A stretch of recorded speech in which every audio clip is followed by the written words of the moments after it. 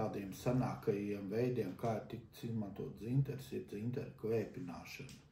Tātad šis dzinters ir sabērsts un likts uz karstiem akmeņiem, mests ugunī un vienkārši dedzināts, un līdz ar to veidojās šie dzintera dūmi, kuri ļoti labi attīra telpu, teiksim, ļoti ilgstoši.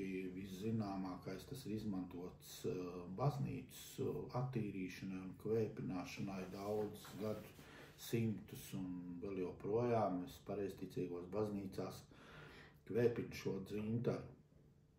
Tātad, kā mēs varam dzintaru arī paši sev mājās kvēpināt, tātad varam paņemt dzintaru, vienkārši uzbērt uz sveces, uz kādu karstu kamīnā, vai uz kādu karstas pannas kaut vai, ja?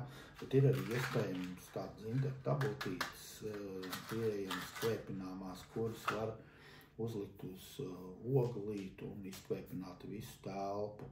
Un šī dzintara dūmi jums ļoti labi palīdzēs augšējo elpu ceļu, bronhu, astmas un dažādu šādu lietu, kas, teiksim, iekaisuma procesus augšējo elpu ceļu veselības uzlabošanai. Protams, dzintars nav brīnums zāle un nevar vienu dūmu ievilkt un jūs esat uzreiz vesels. Jāizmanto visi līdzekļi, bet šis ir viens no veidiem, kā jūs varat uzlabot savu veselību. Un otrs, izkvēpinot reizi dienā šajā laikā, kad ir daudz vīrusi, daudz dažādu bacēļu gaisā izkvēpinot telpu, ļoti labi viņš attīra telpu no vīrusiem un bacēļiem.